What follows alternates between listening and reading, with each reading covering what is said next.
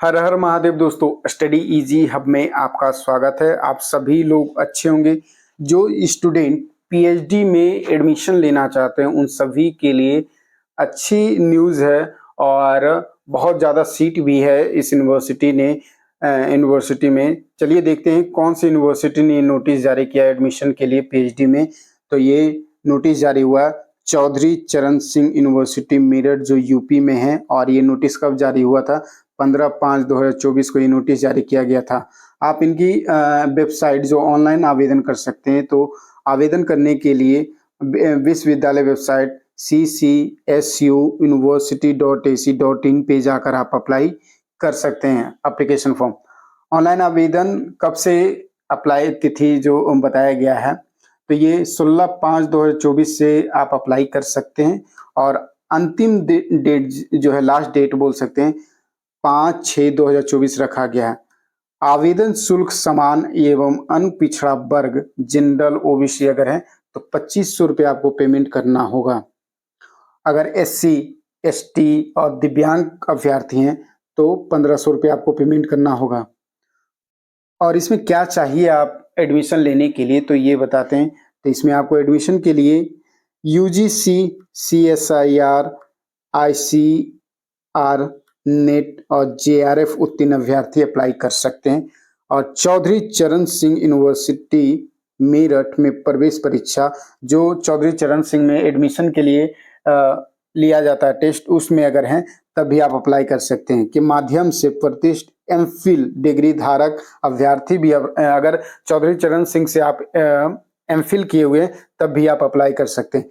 Gate परीक्षा में कम से कम 95 परसेंटाइल प्राप्त अभ्यर्थी भी अप्लाई कर सकते हैं। जिनका गेट में 95 परसेंटाइल है तो भी अप्लाई कर सकते हैं। इसमें क्राइटेरिया में क्या चाहिए आपको, तो subject to condition University Grant Commission minimum MPhil और पीजी चाहिए आपको। एडमिशन के लिए जो पीएचडी में मास्टर में आपका जनरल से करें तो 55% मार्क्स चाहिए। अगर यूपी के हैं तो 5% रिलैक्सेशन के हिसाब से एससी एसटी और ओबीसी कैंडिडेट अगर हैं तो आपको 50 मार्क्स है तो आप अप्लाई कर सकते हैं। और देखते क्या है, तो पीएचडी में जो एडमिशन किस तरह लिया जाएगा ये बताते हैं आप सबको को। ये चयन प्रक्रिया किस तरह होगा ये बताते हैं।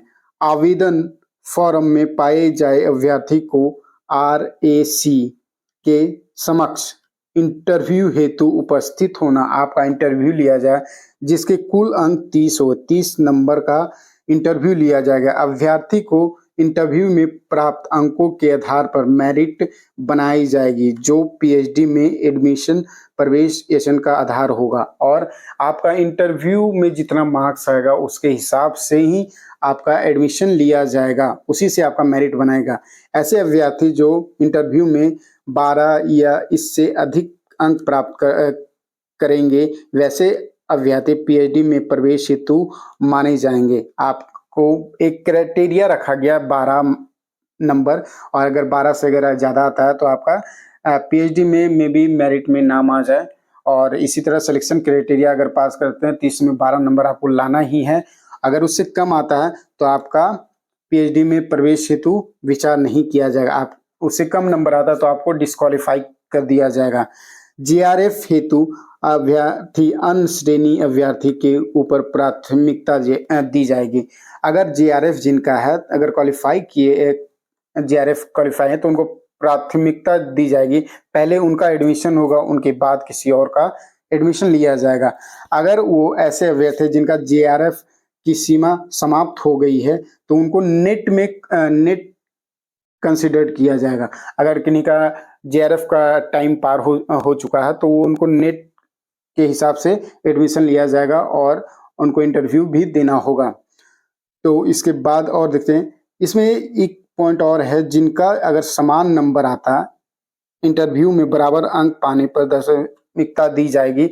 जिनका पीजी में जिनका ज़्यादा नंबर, अगर सेम नंबर आ गया तो उनका पीजी में अगर किन्हीं कैंडिडेट का ज़्यादा मार्क्स है तो उसके हिसाब से उनका एडमिशन ले लिया जाएगा। चलिए देखते हैं कौन कौन से सब्जेक्ट में निकाला गया और कितना सब्जेक्ट है टोटल, ये पहले बताते हैं।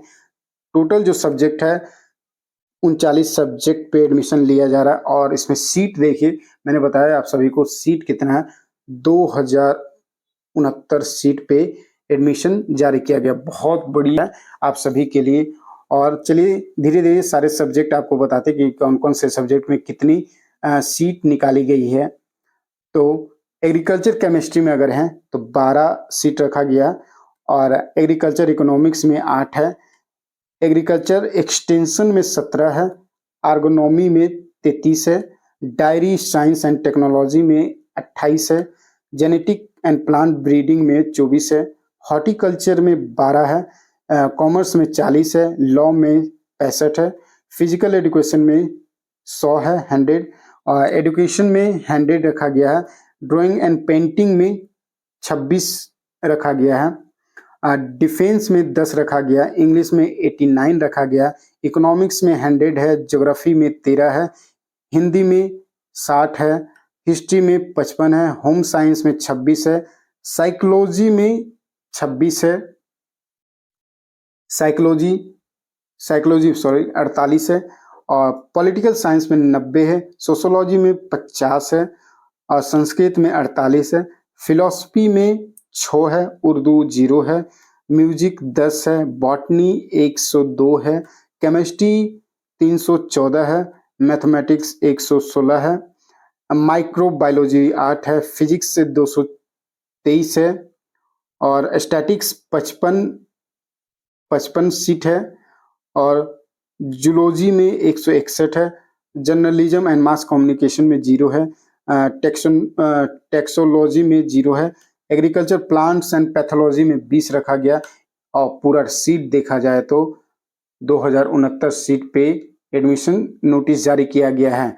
और कैंपस कितना है तो कैंपस देख लीजिए, इनके अंदर जितने कैंपस आता है 240 कैंपस है और 39 सब्जेक्ट में ये निकाला गया है।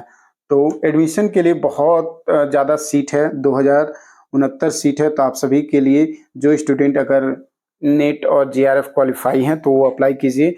तो यही इन्फॉर्मेशन आप सभी को देना था। अगर वीडियो अच्छा लगता है तो लाइक ज़रूर कीजिएगा और चैनल को सब्सक्राइब जरूर कर लीजिएगा आप लोग। स्टडी इजी हब को आप सभी